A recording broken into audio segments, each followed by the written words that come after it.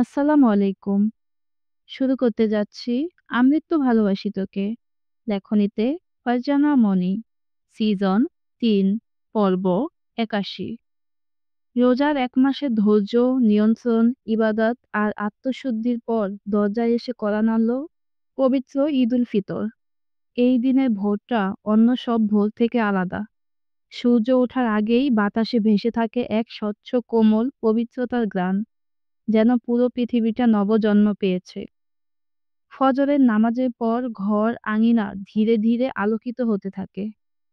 মানুষের মুখে থাকে বিশেষ এক প্রশান্তি, রোজা সম্পন্ন করা তৃপ্তি, আর আল্লাহর নিকট বিশেষ এক গ্রহণযোগ্যতার আশা।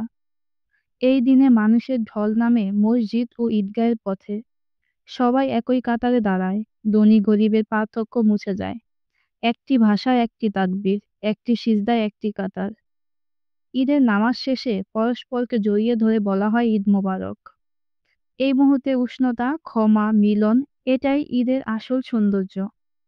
ঈদুল ফিতর শুধু আনন্দের দিন নয়, এটি কৃতজ্ঞতার দিন, ক্ষমার দিন, আর একজন মানুষের প্রতি আরেকজন মানুষের হৃদয় খুলে দেওয়ার দিন। তেমনই একটা সুন্দর দিনে খানবাড়ির ছোট থেকে বড় সদস্য খুশিতে মেতে উঠেছে। আদিবা ঘুম থেকে ওঠার পর থেকেই দাদু ও পাপাদের হাতে মেহেদি দেখাচ্ছে। ওর হাতের রং নাকি সবার থেকে বেশি হয়েছে। কয়েকবার মা চাচিদের সাথেও মেহেদির রং মিলিয়ে এসেছে। ওর কচি মেহেদি রাঙানো হাতে সবাই একটা করে চুমু দিয়ে দিয়েছে। এখন সকাল ৭টা বাজে। আদিবা অনেক তাড়াহুড়া দেখাচ্ছে গোসল করে নতুন জামা পরার। রাই রান্নাঘরে ব্যস্ত, তাই মেয়েকে বলেছে সবুর করতে, একটু পরেই গোসল করিয়ে দিবে। কিন্তু আদিবা মানতে নারাজ। সে আপুদের আগে নতুন জামা পরতে চায়। অবশেষে আদি ওকে নিয়ে গোসলে ঢুকলো।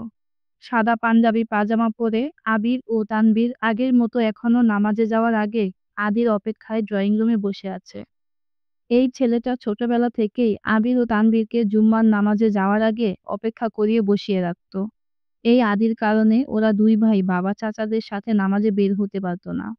সব সময় লেট হয়ে যেত। এখন বড় হয়েও স্বভাবটা একটুও পাল্টায়নি। আজকেও আব্বু চাচ্চুরা ওদের রেখে চলে গেছে। তখনই আবিরের চোখ গেল সিঁড়ির দিকে। ভেবেছিল আদি নামছে, কিন্তু সিঁড়িতে তাকিয়ে দেখলো কালো পাঞ্জাবি ও সাদা পাজামা পরে আহিয়ান নামছে। ফর্সা ছেলেটাকে কালো রঙে বেশ মানায়। ছেলেটার স্বভাব চরিত্র তার মতো হলেও দেখতে একদম মায়ের মতো হয়েছে। আসসালামু আলাইকুম পাপা। আহিয়ানের সালামে আবিরের ধ্যান ভাঙল। ইতিমধ্যেই আহিয়ান পাপাকে জড়িয়ে ধরে কোলাকুলি করে ঈদ মোবারক জানালো। আবির ছেলের কপালে একটা চুমু দিয়ে দোয়া করে দিল। তারপর আহিয়ান গেল মামার কাছে। এত বছর পর বোন, ভাগিনা, ভাগ্নি সবাইকে নিয়ে ঈদ করতে পারায় তানভীর অনেক আবেগ আপ্লুত। আহিয়ানকে জড়িয়ে ধরে কোলাকুলি করল। তখনই মেয়েকে কোলে নিয়ে হাজির হলো আদি। ভাইদের সাথে ম্যাচিং করে সেও সাদা পাঞ্জাবি পাজামা পরেছে। আদিবা নতুন জামা, জুতা, চোখে চশমা পরে সেজে গুজে পাপার কোল থেকেই দুহাত বাড়িয়ে দিয়েছে আহিয়ানের দিকে। আহিয়ান বোনকে কোলে নিয়ে গালে ২টা চুমু দিল। আরেকটা চুমু দেওয়ার আগেই আদিবা আহিয়ানের মুখে ওর ছোট্ট হাত ২টা চেপে ধরল। তারপর মিষ্টি কণ্ঠে বলল, আমার মেকআপ চলে যাবে বোঝো না? সেজে এসেছি সবার থেকে সালামি নিতে, মেকআপ চলে গেলে কি কেউ সালামি দিবে? ওর কথা শুনে সকলেই হেসে দিল। আহিয়ান ওকে কোল থেকে নামিয়ে পকেট থেকে নতুন টাকার কয়েকটা নোট হাতে ধরিয়ে দিল। ছোট্ট মেয়েটা খুশি হয়ে সেই টাকাগুলো বড় পাপার কাছে রাখতে গেল। এদিকে আহিয়ান এগিয়ে গেল কিচেনের দিকে। সেখানে পর্যায়ক্রমে বাড়ির সকল মহিলাদের পেয়ে গেল। সবাইকে সালাম করে ঈদ মোবারক জানালো। তারপর সকলের সাথে বেরিয়ে গেল ঈদের নামাজ আদায় করতে। আহিয়া ফজরের নামাজ আদায় করে ঘুমিয়েছিল। তারপর ঘুম থেকে জাগতে দেরি হয়ে গেছে। মূলত আজ সে রিহানের ফোন পেয়ে ঘুম থেকে জেগেছে। ঝটপট ফ্রেশ হয়ে ড্রয়িং রুমে আসলো, কিন্তু দাদু, পাপা, মামা, ভাই কারো দেখা পেল না। পুরো ড্রয়িং রুমে আদিবা সেজে গুজে পটের বিবি হয়ে ঘুরে বেড়াচ্ছে। মালিহা খান, হালিমা খান ও আকলিমা খান গেছেন গোসল করতে। রান্নাঘর থেকে গরুর মাংসের সুন্দর ঘ্রাণ আসছে। আহিয়া পা টিপে টিপে গেল সেদিকে। দেখলো ওর মাম্মা মাংস রান্না করছে, আর অন্যদিকে মামুনি পিঠা বাটছে ও কাকিয়া অন্যান্য কাজ। আহিয়া কিচেনের সামনে দাঁড়িয়ে বলল, মাম্মা, আমার খিদে পেয়েছে খুব, নাস্তা দাও। মেঘ মাংসের লবণ দেখতে দেখতে বলল, গোসল করেছিস? না, নাস্তা খেয়ে গোসল করব। ঈদের দিন গোসল না করে কিছু খেতে নেই। কিন্তু আমার খিদে পেয়েছে তো, আগে খেতে দাও, পরে গোসল করে নিচ্ছি। আগে গোসল করে আয়, পরে খেতে দিচ্ছি। আহিয়া কয়েক সেকেন্ড ভেবে বলল, ঠিক আছে, কিন্তু তুমি যে গরুর মাংস রান্না করছো সেটাতে কি লবণ হয়েছে? হুম, হয়েছে। মাত্রই তো খেয়ে দেখলাম। কিন্তু তরকারি দেখে মনে হচ্ছে লবণ হয়নি। বন্যা ডুবন্ত তেল থেকে পিঠা উঠিয়ে রাখতে রাখতে বলল, তরকারি দেখেও কি লবণ বোঝা যায় নাকি? জানতাম না তো। আহিয়া ভেতরে প্রবেশ করে বলল, হ্যাঁ মামুনি, যায়। বিশ্বাস না হলে আমাকে এক বাটি গরুর মাংস খেতে দাও, আমি খেয়ে বলে দিচ্ছি লবণ হয়নি। রাই হাতের কাজ রেখে আহিয়ার কান টেনে ধরে বলল, সরাসরি বলতে পারো না মাংস দিতে? সোজা কথাটাকে বাঁকা করে বলার কি আছে? আহিয়া মৃদু আর্তনাদ করে বলল, আ তাকিয়া ব্যথা পাচ্ছি। তারপর নিজের মায়ের দিকে তাকিয়ে বলল, মাম্মা প্লিজ বাঁচাও। ওর অবস্থা দেখে সকলেই হেসে দিল। ইতিমধ্যেই কিচেনের দরজায় এসে দাঁড়িয়েছে আদিবা।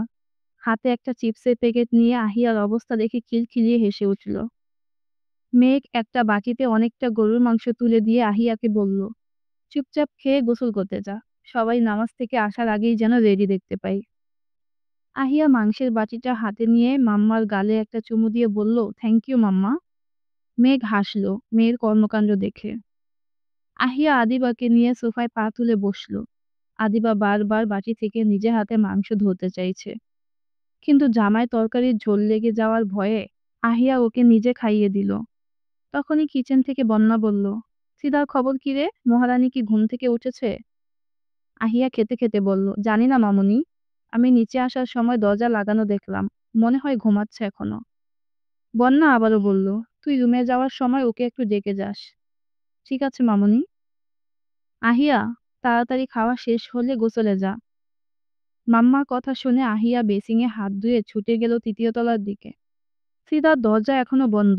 আহিয়া নক করতে চাইল, কিন্তু হালকা ছোঁয়া লাগতেই দরজা খুলে গেল। সিধা, এই সিধা। আহিয়ার ডাকে চিরা ঘুমো ঘুমো কণ্ঠে বলল, দেখো না তো আপু, আমার খুব ঘুম পাচ্ছে। এমনিতেই কাল অনেক রাতে ঘুমিয়েছি। কথাটা বলার পরপরই কি মনে পড়ল কে জানে, মেয়েটা লাফিয়ে উঠে বসলো। হন্য হয়ে কাউকে খুঁজলো। দেখলো সে এতক্ষণ কোলবালিশ জড়িয়ে ঘুমাচ্ছিল। তারপর কয়েক মিনিট স্তব্ধ বসে থেকে একটা স্বস্তির নিঃশ্বাস ফেলল। এদিকে ওর এসব উল্টাপাল্টা কর্মকাণ্ড আহিয়া তীক্ষ্ণ দৃষ্টিতে দেখছে। আহিয়া চোখ ছোট ছোট করে বলল, কিরে, কাকে খুঁজছিস? তোর সাথে কি আরো কেউ থাকার কথা? নাকি স্বপ্নে আমার ভাইকে জড়িয়ে ধরে ঘুমাচ্ছিলে? সিদা সঙ্গে সঙ্গে মাথা দুই দিকে নাড়িয়ে বলল, না আপু, কাউকে খুঁজছি না। তখনই আহিয়া চোখ গেল চিধার পায়ে। মুহূর্তেই মেয়েটা উত্তেজিত কণ্ঠে বলল, ওয়াও চিধা, পায়ে এত সুন্দর করে মেহেদি কে লাগিয়ে দিল তোকে? আহিয়া চিৎকারে চিদা থতমত খেয়ে তাকালো পায়ের দিকে। এখন সে নিজেও হতবাক। তার যতদূর মনে পড়ে, সে রাতে পায়ে মেহেদি লাগায়নি। তাহলে কে এত সুন্দর করে মেহেদি লাগিয়ে আবার শুকানোর পর তুলে দিয়ে গেছে? আহিয়ান ভাই? ভাবতেই যেন চিদার সকল চিন্তাধারা গুলিয়ে যাচ্ছে। আহিয়া এবার চিদাকে চেপে ধরল জবাব দিতে। চিদা আত্মবিশ্বাসী কণ্ঠে বলে উঠল, সত্যি আপু, আমি নিজেও জানি না কে লাগিয়েছে। আহিয়া কয়েক সেকেন্ড ভাবুক ভঙ্গিতে চুপ করে রইল। তারপর জিজ্ঞেস করলো, রাতে ভাইয়া এসেছিল দেখা করতে? সত্যি বলবি? চিদা আমতা আমতা করে বলল, না মানে হ্যাঁ। আহিয়া এবার ফিক করে হেসে দিয়ে বলল, আমি প্রথমেই ভেবেছিলাম ভাইয়া দিয়ে দিয়েছে, কারণ আমার ভাইয়ার আঁকাআঁকির হাত দুর্দান্ত ভালো।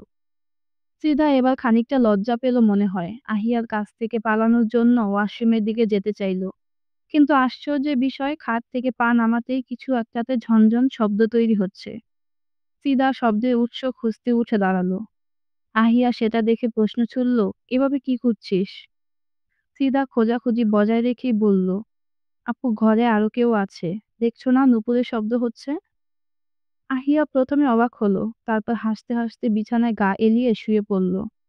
সেটা দেখে চিদা নিজেও অবাক। আহিয়ার দিকে প্রশ্নবোধক দৃষ্টিতে তাকিয়ে বলল, সকাল সকাল পাগল টাগল হইছো নাকি? আহিয়া হাসতে হাসতে বলল, বাড়িতে এমন রোমিও জুলিয়েট থাকলে পাগল হওয়া অস্বাভাবিক কিছু নয়। চিদা এখনো কিছু বুঝতে পারেনি। অতঃপর আহিয়ার নজর বরাবর তাকালো নিজের পায়ের দিকে। দেখলো তার মেহেদি রাঙানো পায়ে সুন্দর একজোড়া রূপালী নুপুর। যা হাঁটার ছন্দে ছন্দে তাল তুলছে।